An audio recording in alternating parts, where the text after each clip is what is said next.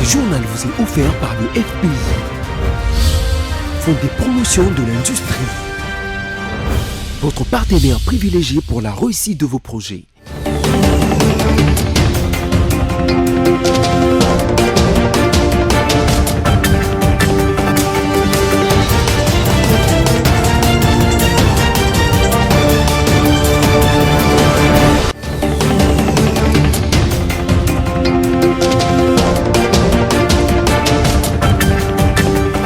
Mesdames, Messieurs, bienvenue à cette édition rétrospective dont voici le sommaire. Le couple présidentiel de la RDC a quitté la ville de Sochi après avoir participé avec succès au premier sommet Russie-Afrique qui a conduit à la signature de plusieurs contrats dans plusieurs domaines pour se diriger vers la Russie où le couple présidentiel a été accueilli avec honneur à l'aéroport Nikola Tesla de Belgrade. Et puis, la marche du comité laïque de coordination CLC prévue pour le lundi 21 octobre a eu lieu.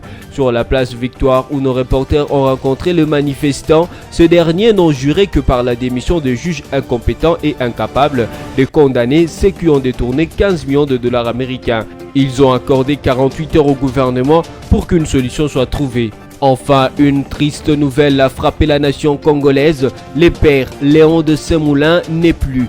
Il s'est éteint jeudi 24 octobre 2019 à Kinshasa, la capitale RD congolaise, après une longue maladie.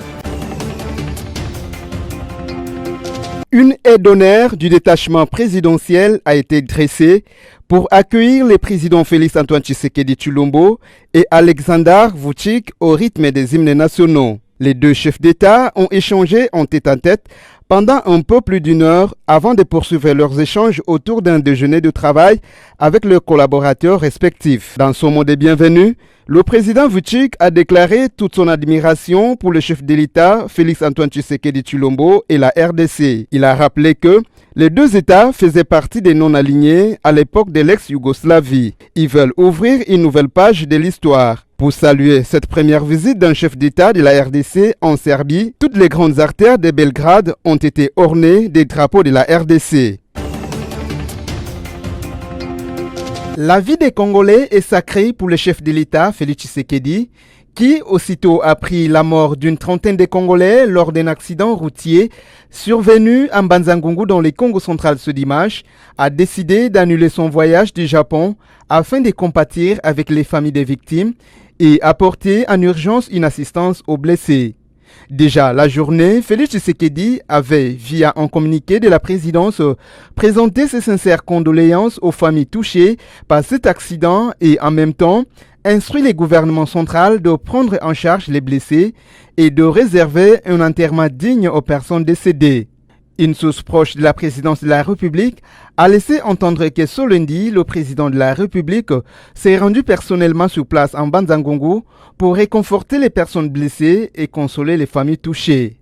Déjà ce dimanche, plusieurs délégations du gouvernement étaient sur place, dont celle conduite par le ministre des Actions humanitaires Steve Mbikai. Le chauffeur principal a survécu à l'accident, d'autant plus qu'il avait cédé les volants à son mécanicien. Échangeant avec les ministres des Actions humanitaires et Solidarité nationale, ce chauffeur a reconnu que son véhicule avait un problème de frein.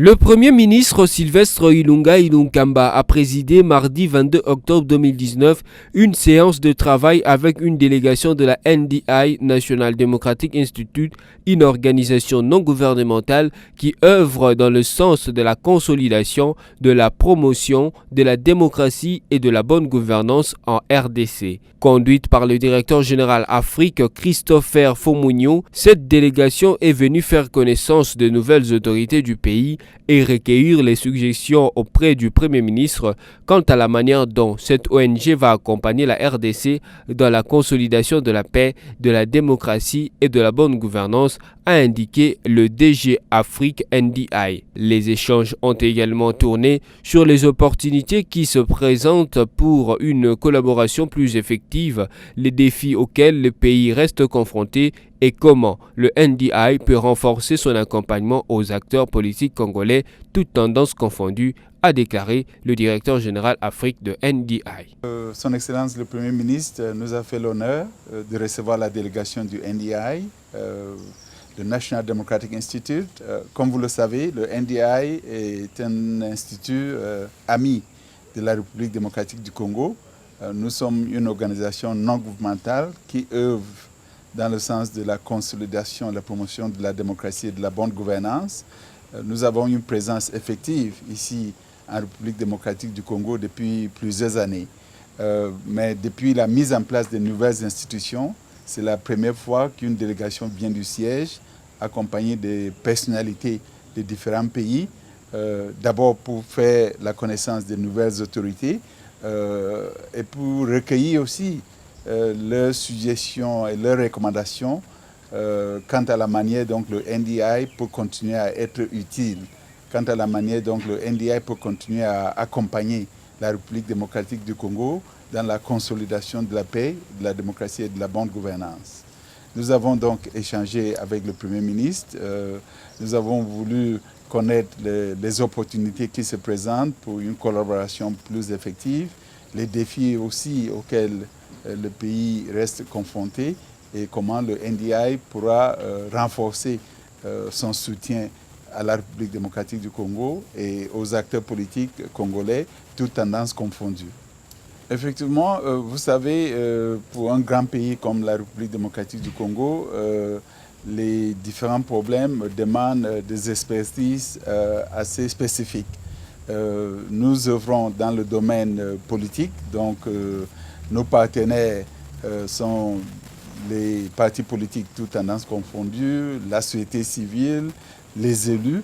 Et je pense que le NDI peut appuyer le travail de ces acteurs-là, donc dans le domaine politique, les acteurs de la société civile et même les élus dans la recherche de la consolidation de la paix, dans la recherche des problématiques qui se posent dans différentes provinces du pays.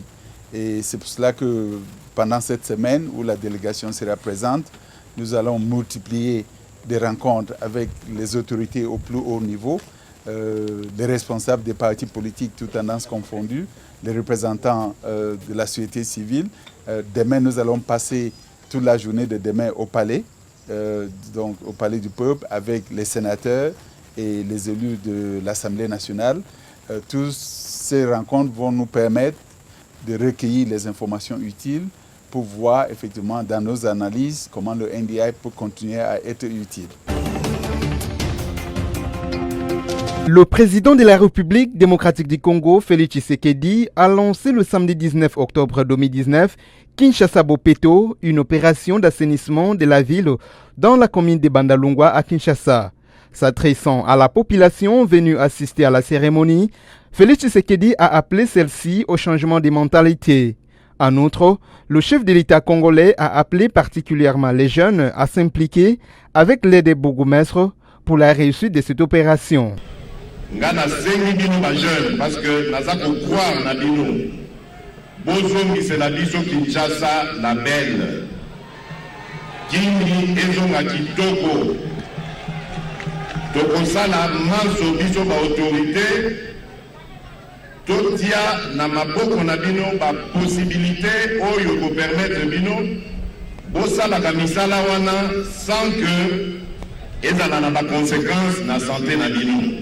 Bourgmestre nyonso esengeli a organiser ba brigade ya ba jeune na kati ya ba quartier ba jeune wana bazala équipé ba jeune wana bazala pe motivé parce que eza pe bien dit que bozo sa ba misala no kwa bangamba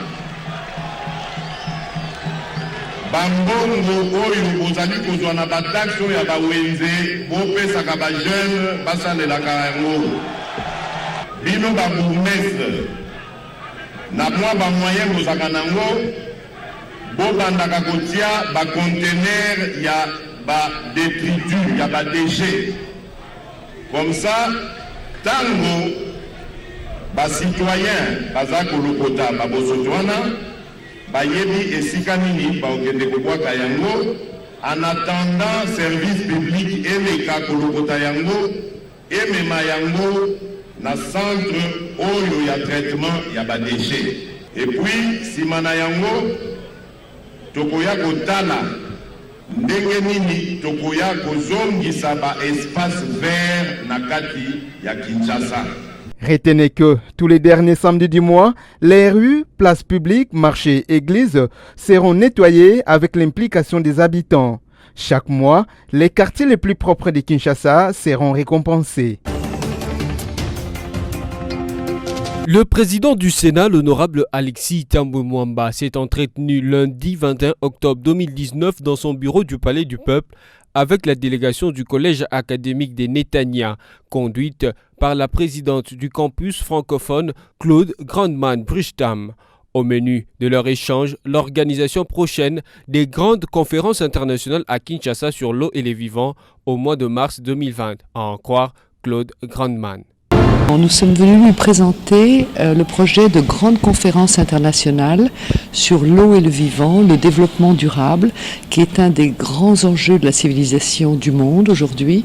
Et nous avons été extrêmement impressionnés par la manière dont son Excellence, le président du Sénat, nous a fait comprendre à quel point c'était à ses yeux quelque chose d'essentiel pour le Congo, à la fois pour les enjeux politiques, avec tout ce qui se passe autour des bassins et des demandes d'eau de vos pays qui sont en bordure et en frontière du Congo, à quel point cette chose est extrêmement importante. Il nous a même fait part de son désir de le mettre dans les écoles pour que les enfants véritablement puissent comprendre à quel point c'est fondamental et important. Et que par ailleurs, il nous a assuré de son soutien et de son désir d'être complètement partenaire dans cet événement d'une importance planétaire qui sera mis en place probablement aux alentours du mois de mars 2020. Alors le thème sera l'eau et le vivant. Et nous parlerons des grands problèmes d'agriculture, avec les grandes technologies israéliennes, américaines et autres, sous la présidence également du Sénat français, sous la présidence du ministère de l'Environnement d'Israël, dont mon collègue ici, M. Joe Drazdin, a eu la gentillesse de se joindre à notre délégation. Il est le directeur général du ministère de la coopération régionale en Israël. Et nous sommes venus avec la bénédiction du gouvernement israélien, du Premier ministre qui envoie tous ses vœux à ce pays pour qu'il puisse avancer, et il a tout à fait l'intention d'être très proche et de pouvoir aider dans tout ce que nous pourrons aider. Redynamiser la coopération entre l'Allemagne et la RDC était au cœur d'une audience que le ministre d'État, ministre de la Coopération internationale, intégration régionale et francophonie, a accordé à l'ambassadeur d'Allemagne en RDC. Les secteurs des coopérations entre Berlin et Kinshasa sont la santé, l'agriculture, les infrastructures et l'éducation, avec un accent particulier sur les transferts de technologies. Le diplomate allemand pense que la visite prochaine du chef de l'État congolais en Allemagne permettra de relancer les relations des coopérations entre les deux pays à travers une commission mixte.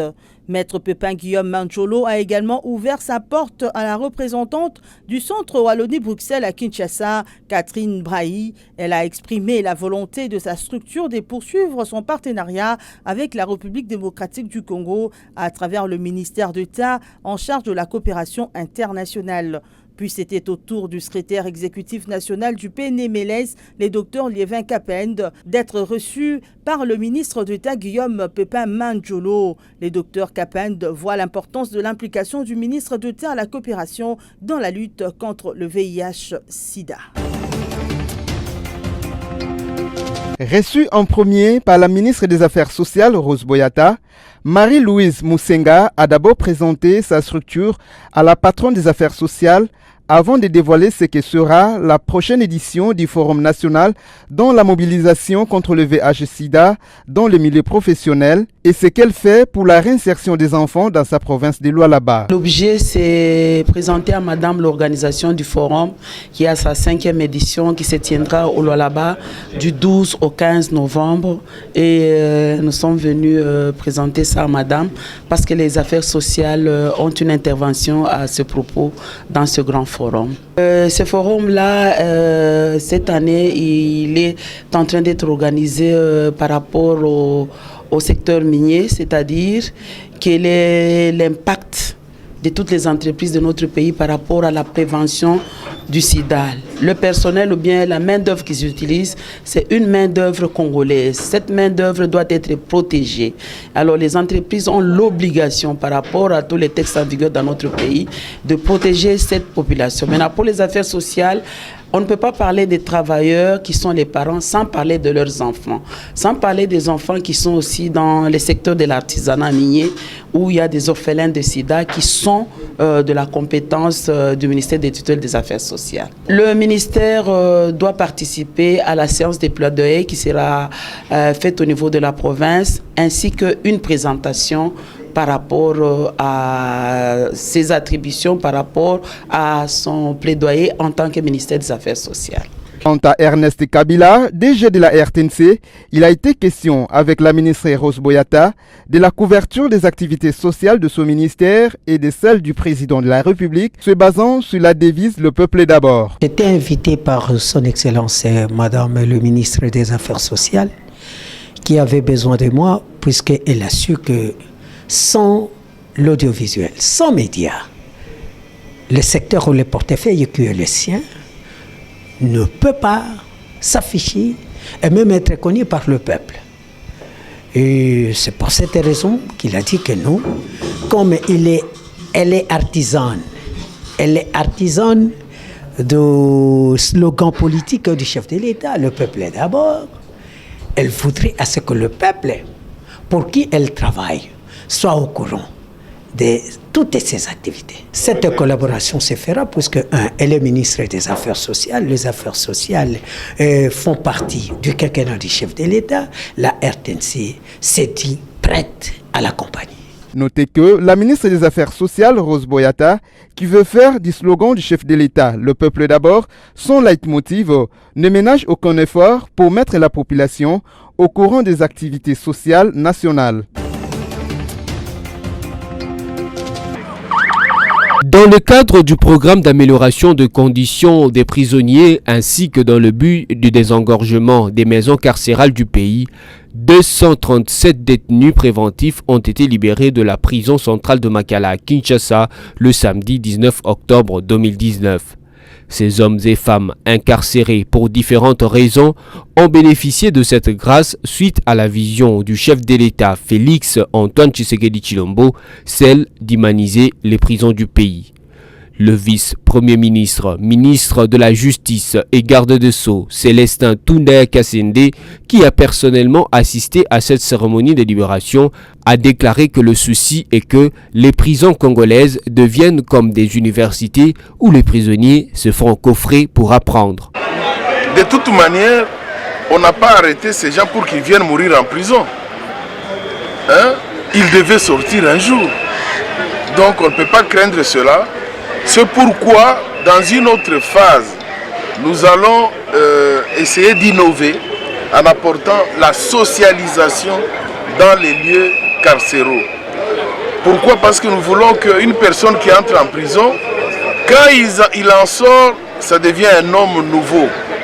Nous voulons que les gens, nos prisons deviennent des universités.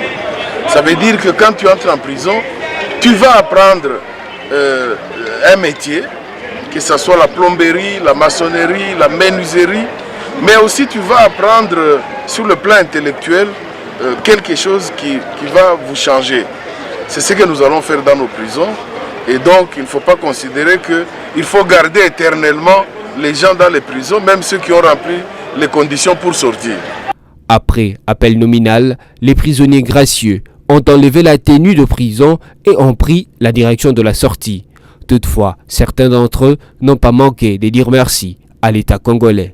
Papa ministre, merci makasi to sepeli nenga e pone mutako libérer biso. yango bakonzi basala biso mesure ya grâce yango bimisi biso. Merci na bakonzi. Je remercie d'abord le président de la République de m'avoir accordé cette opportunité puisque bon chose que je ne m'attendais même pas. Sepeli na musala papa ministre asali merci. Notez que ce processus de désengorgement de la prison centrale de Makala, selon le ministre de la Justice et garde des Sceaux Célestin Tundaya Kasende, va se poursuivre de manière progressive mais de façon certaine. Après cette libération, ce sera le tour des condamnés qui bénéficieront de la liberté conditionnelle et d'autres seront transférés dans d'autres prisons du pays. Pullman Grand Caravia, hôtel de Lubumbashi, a servi de cadre mercredi 23 octobre pour la cérémonie de clôture de la deuxième et dernière journée de congrès du Parti du Peuple pour la Reconstruction et la Démocratie PPRD. Une cérémonie présidée par le secrétaire permanent du plus grand parti de la RDC, Emmanuel Ramazani Chadari. À cette occasion, les congressistes ont été regroupés par commission suivant leur province. Ces assises de 2 jours ont été tenues pour évaluer l'action du PPRD pour la société congolaise dans un contexte institutionnel nouveau où le Front commun pour le Congo, dont fait partie le PPRD, a gagné la majorité parlementaire, mais loupé la présidentielle. La présence pourtant annoncée de sources sûres de Joseph Kabila à ces assises n'a plus eu lieu. Rentre dans les comptes du trésor public, c'est ainsi qu'est scandé les manifestants. Le comité laïque de coordination CLC a marché à Kinshasa d'une manière décentralisée. Les 12 points des rassemblements identifiés ont eu des parcours et des points de chute différents. Le groupe dirigé par Isidore Ndayouel Nzem est parti de la paroisse Saint-Joseph et est passé à la paroisse Saint-Vincent-des-Pauls pour chuter à la place Victoire où un mémorandum a été lu. Ils ont exigé la restitution de 15 millions de dollars américains, les sanctions contre les personnes impliquées. Les habitants des communes de Kalamou, Kassavubu, Selembao et Ngiringiri, présents à cette marche organisée contre la corruption, l'impunité et l'impuissance de la justice, se sont confiés à BCTV pour exprimer leur frustration. Pour Valentin Guéringo du MLC, le plus important était d'informer la population sur la corruption et les mauvais comportements des juges. Chaque acte qui est posé, il faut avoir l'objectif. L'objectif, c'est de sensibiliser la population contre la corruption et les mauvais comportements des juges. C'est un message que nous lançons. À partir du moment où nous nous rencontrons sur les lieux et que nous lançons ce message-là, ceux qui ne sont pas avec nous vont entendre. L'essentiel est que l'objectif de la marche soit atteint. Nous sommes encore là, je vous ai dit, l'heure n'a pas été communiquée, l'heure précise pour que les gens se retrouvent. Ici, c'est le point de chute. Il faut voir les gens à partir du point de départ. Et il y a plusieurs sites. Ici, là, nous y sommes. Promo-Guéry, ils sont là, Kitambo, ils sont là, c'est de notre part. Et quand vous faites la somme de tous ces points de chute, vous allez vous rendre compte de la. Parce qu'on aurait dû mettre un seul point de chute, on allait avoir un grand monde. Voilà. Un autre manifestant a carrément demandé les remboursements de l'argent détourné et l'emprisonnement des juges corrompus et des détourneurs. Ça, c'est la commune de Kalamou seulement. Il y a la Tchango, il y a Bandal, il y a Selembao, Kitambo, Lingwala, ils ont leur point de chute aussi. Quel message final avez-vous adressé aux autorités?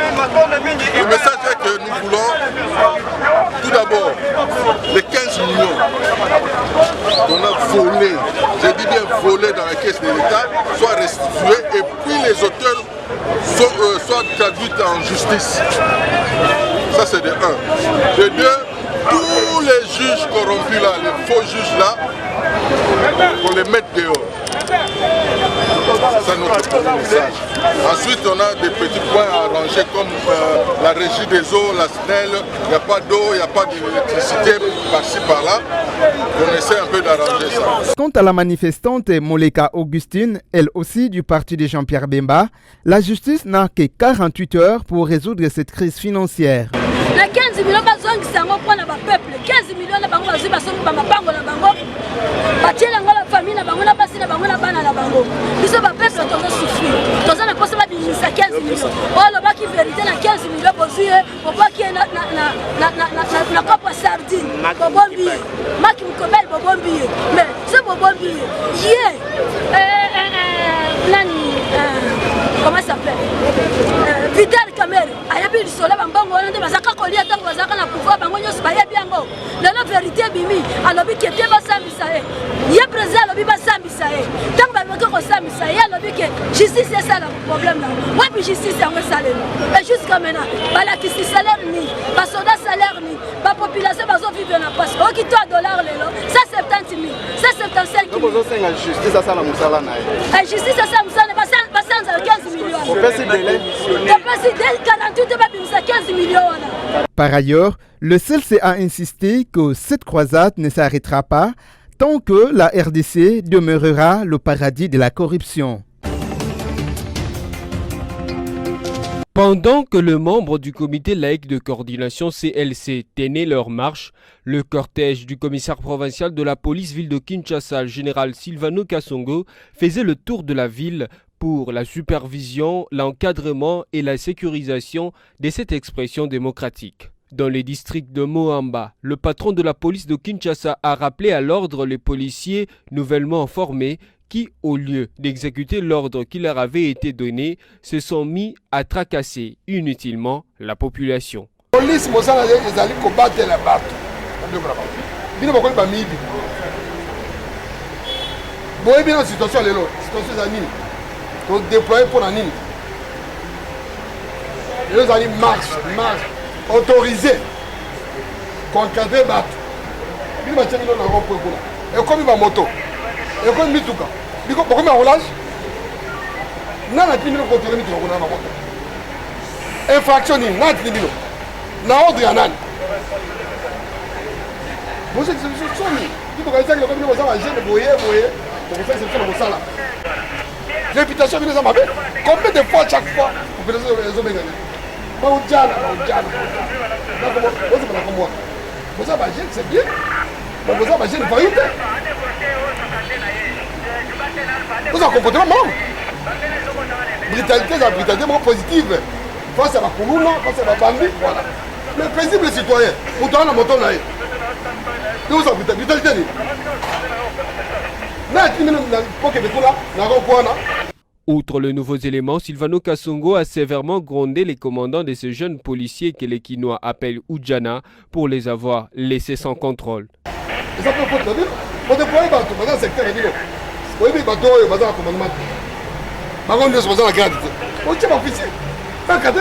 sont sans officier.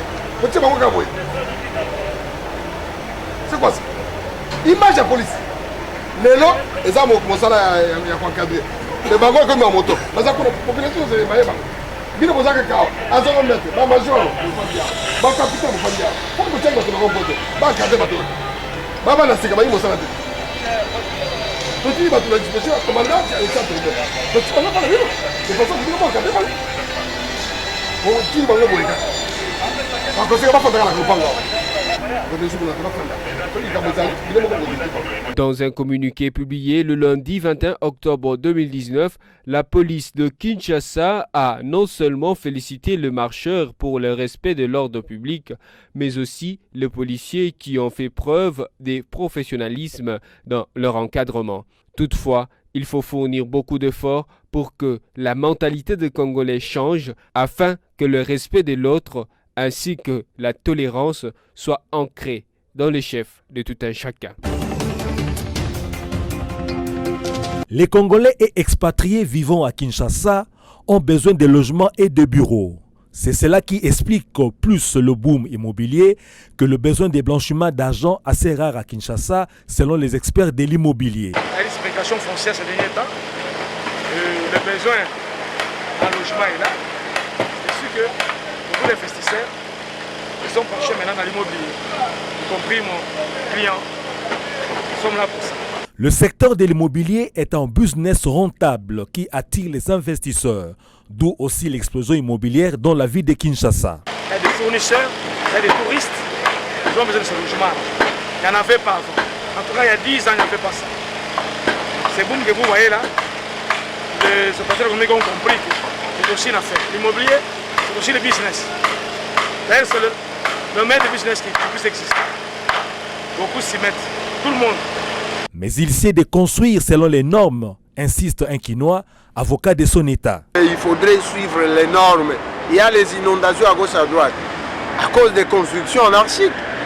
Voilà, donc nous voulons qu'ils aillent aux experts qui pourront les aider à construire. Parce qu'on a besoin de construire notre pays, mais construisons avec normes. Voilà ce que nous demandons, monsieur le journaliste. Les Kinois lancent l'appel à ceux qui ont des moyens parmi eux à ne pas laisser le secteur de l'immobilier aux étrangers. Congolais a un mboka na ete bato baoka libanda bato bakotongaka na Kinshasa mpe banyokola beka ya biso asalaire malonga te yango tikata tota mosala limoto po tomoyoka basala eza yango te ba. De plus, je vais laver le cerveau des Congolais, surtout les hommes d'affaires. Ne laissez pas partir votre ville. Ça, c'est notre terre, les ancêtres. Je ne pense pas qu'à l'étranger, les Congolais construiront comme ça, comme les expatriés. La ville est en train de partir par l'occupation étrangère. Vous avez vendu tout. Tous les grands immeubles sont pour les étrangers, les expatriés. Je ne suis pas xénophobe. Je ne suis pas contre les étrangers. Mais je suis contre cette politique de voir les centres-villes occupés par les Blancs, les étrangers, qui commencent à investir les immeubles en immobilier, construire des appartements pour recevoir leurs frères qui viennent investir. L'appel est donc lancé aux concernés de l'entendre et de marcher. Dans le but de sensibiliser la population quinoise sur la monnaie numérique Bitcoin et comment investir dans cet univers, la société Facilitation sur le marché du Bitcoin et les autres crypto-monnaies FMBC a organisé dimanche 20 octobre 2019 dans la salle de conférence de l'immeuble Marie Reine de la Paix à Kinshasa-Gombe une conférence autour du sujet précité. 3 intervenants ont abordé différents aspects de la matière, notamment le professeur Kojon Dukuma qui a parlé de l'économie numérique et de la crypto-monnaie. Mike Nkongolo, conseiller du chef de l'État en charge du numérique, a lui abordé la question du plan national du numérique.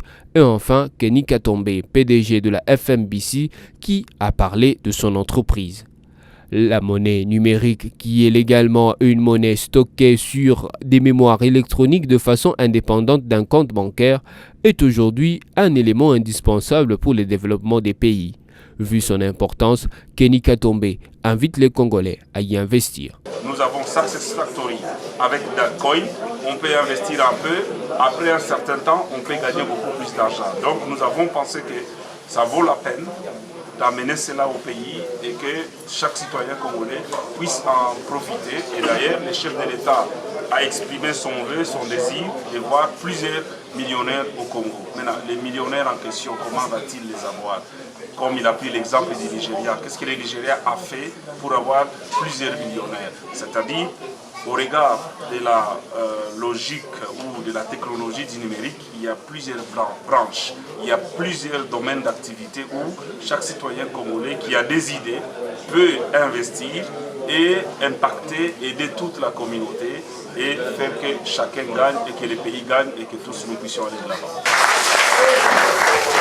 Notez qu'à la fin de la cérémonie, une bouteille de champagne a été ouverte symboliquement pour fêter le plan national du numérique.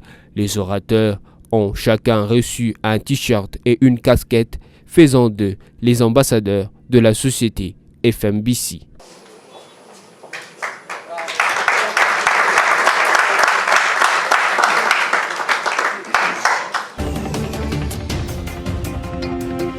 La saison de pluie tant attendue par la plupart des Quinois devient leur porte-malheur. L'adage « après la pluie, c'est le beau temps » a perdu complètement de son sens dans la ville de Kinshasa où plusieurs lacs résiduels se forment en pleine route macadamisée après les pluies. Depuis le retour de la pluie, le même scène se répète. Le véhicule peine à bien rouler au bon milieu des artères principales de la capitale. Seigneur, regardez-moi ça. Doucement, doucement, doucement, doucement, doucement. Les Quinois assistent à des inondations répétitives qui les exposent à bien des dangers. La ville de Kinshasa traverse cette pitoyable situation une fois après la pluie à cause de la mauvaise canalisation des eaux sur plusieurs routes. À moins d'un bourrage des caniveaux et d'une bonne réfection de routes, Kinshasa risque pire avant la fin de cette saison de pluie. Rappelons par ailleurs que plusieurs dégâts matériels ont été enregistrés depuis les premières pluies de ce mois d'octobre dans plusieurs communes et quartiers de la capitale Kinshasa. Et depuis lors, la population élève la voix pour que les autorités l'aident à se bien préserver des dangers que peuvent causer les pluies diluviennes. Le père Léon de Saint-Moulin n'est plus. Il s'est éteint ce jeudi 24 octobre 2019 à Kinshasa après une longue maladie. Il quitte la terre des hommes à l'âge de 87 ans. Ce grand historien est né à Nast, en Belgique, le 17 décembre 1932. Il fut vice-recteur de l'Université nationale d'Isaïr, actuellement Université de Kinshasa. Il fut aussi directeur du Centre d'études pour l'action sociale, CEPAS. Le père Léon de Saint-Moulin a passé la majeure partie de sa vie en RDC. L'homme laisse derrière lui plusieurs publications, articles, livres et cartes géographiques. S'agissant des funérailles, un programme sera publié incessamment. Cette édition rétrospective est terminée, mais avant tout, voici le rappel de principaux titres. Sommaire. Le couple présidentiel de la RDC a quitté la ville de Sochi après avoir participé avec succès au premier sommet Russie-Afrique qui a conduit à la signature de plusieurs contrats dans plusieurs domaines pour se diriger vers la Russie où le couple présidentiel a été accueilli avec honneur à l'aéroport Nikola Tesla de Belgrade. Et puis, la marche du comité laïque de coordination CLC prévue pour le lundi 21 octobre a eu lieu. Sur la place Victoire où nos reporters ont rencontré le manifestant, ce dernier n'ont juré que par la démission de juges incompétents et incapables de condamner ceux qui ont détourné 15 millions de dollars américains. Ils ont accordé 48 heures au gouvernement pour qu'une solution soit trouvée. Enfin, une triste nouvelle a frappé la nation congolaise. Le père Léon de Saint-Moulin n'est plus. Il s'est éteint jeudi 24 octobre 2019 à Kinshasa, la capitale RD congolaise, après une longue maladie. Mesdames, Messieurs, merci à vous de nous avoir suivis. Restez fidèles au programme de BSC TV et bon week-end chez vous.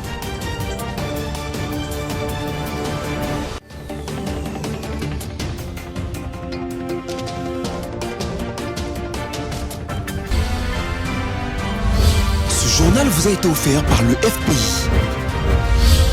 Fonds des promotions de l'industrie. Votre partenaire privilégié pour la réussite de vos projets.